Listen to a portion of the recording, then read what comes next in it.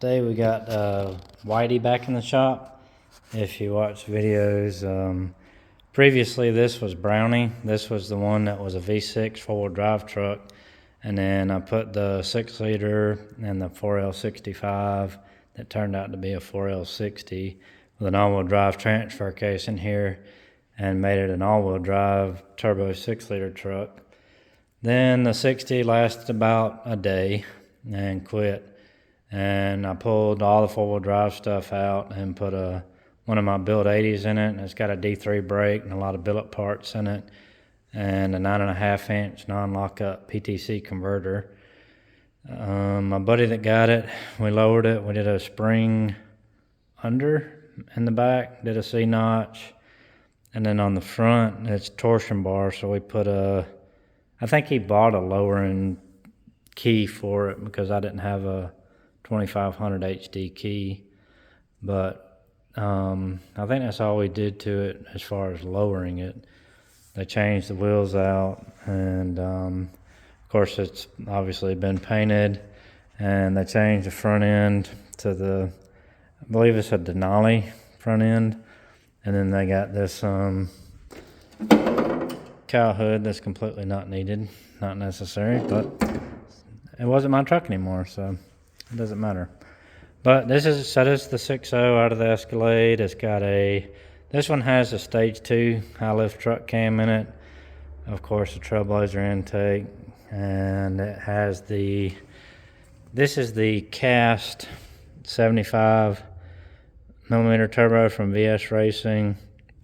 This one has a full 4-inch exhaust with I believe it's a cherry bomb style muffler, and a turn down because when he lowered it, the 4-inch tailpipe was kind of in the way of the axle tube, so he took it and had his brother weld a dump on it, and so I think before it was on 8 or 10 pounds of boost or something, so I made this little boost controller.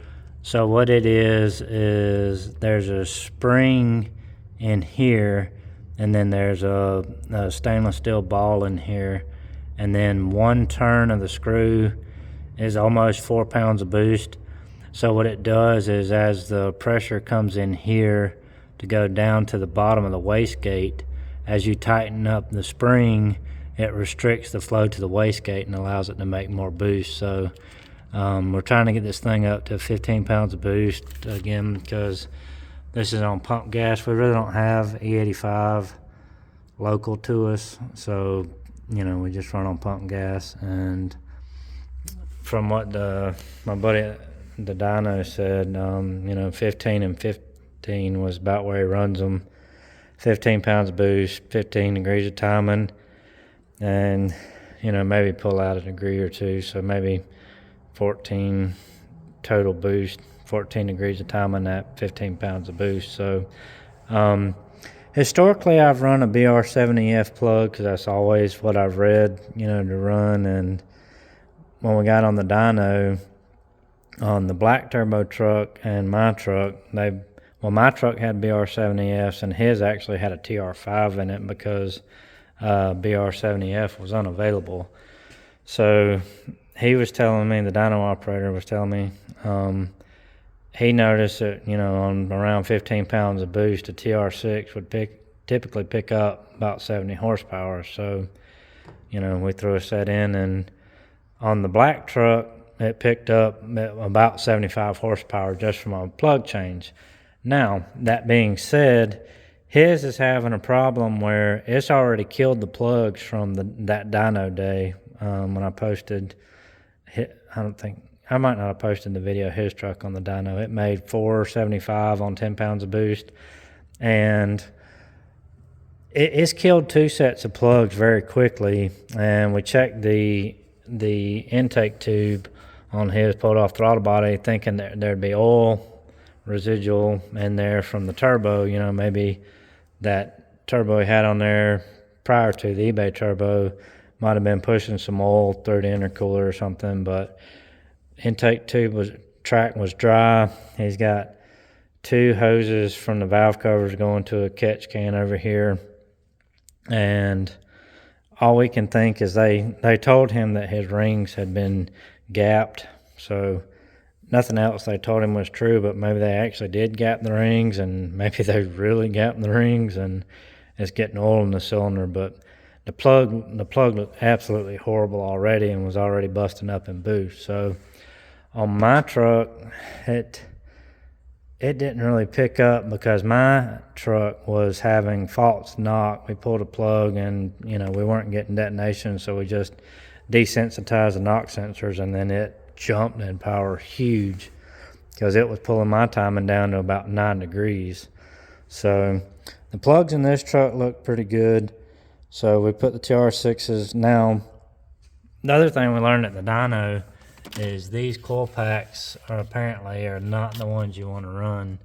So apparently they get hot and don't give a good spark. So and the sad thing is about everyone I have has these coils on it. So I've got to switch up my coil game and find the better coil packs. So we'll be working on that. Another thing we did, we changed oil in it, changed spark plugs. The number 2 wire on that side was completely destroyed and melted from that turbo log, so I had to put a new wire on there. And then we also did these little traction bar things. They're, I think, Speed Engineering or something. They're just the ones that make the headers, I think. But anyway, it's a kind of a strange installation where this kind of sandwiches the front of the leaf spring, and then this pushes this little pad thing up against the spring eyelet, and the back holes have 3 adjustments as well, if you can see them.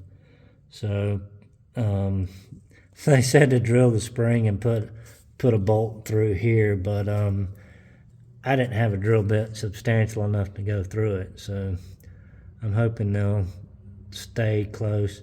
Another thing is the shocks. Since it was lowered so much, it still had a full-length shock on it, and we got a shorter shock and got that on there.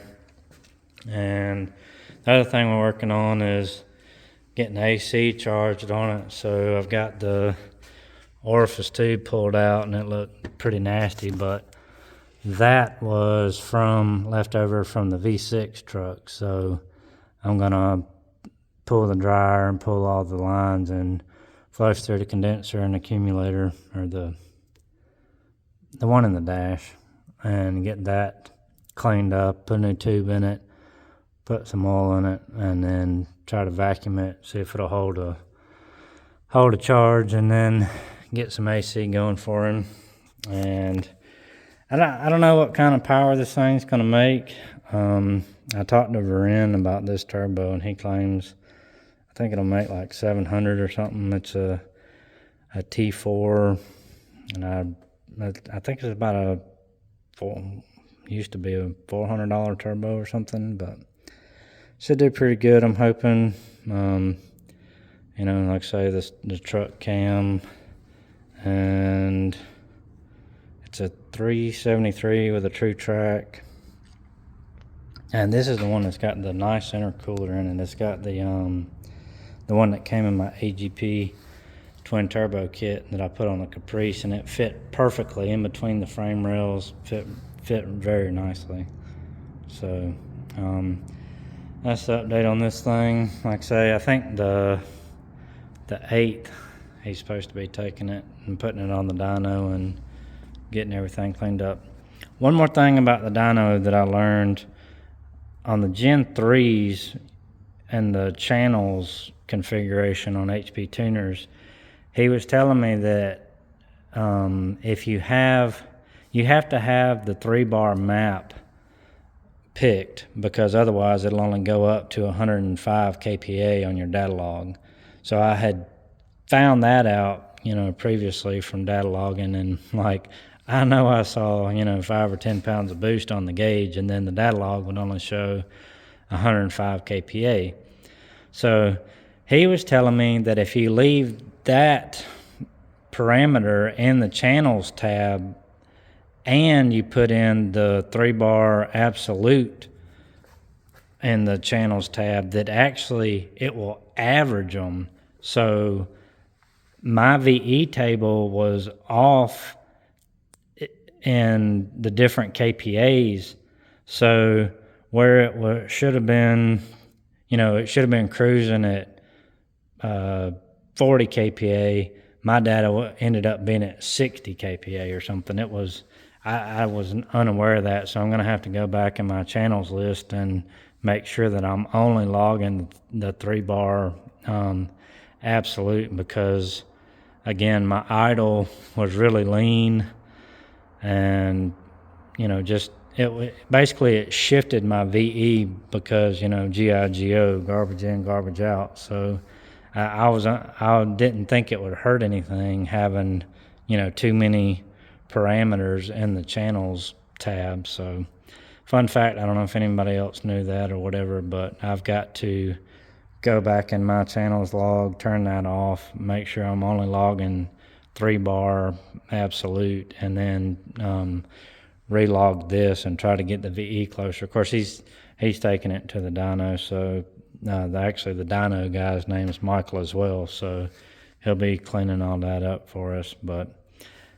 when we go to dyno, we'll keep you posted, and any guesses on what it makes, just put it down in the comments. I'm kind of curious to see what kind of power it'll make. I hate to even make a guess, but it should do pretty good.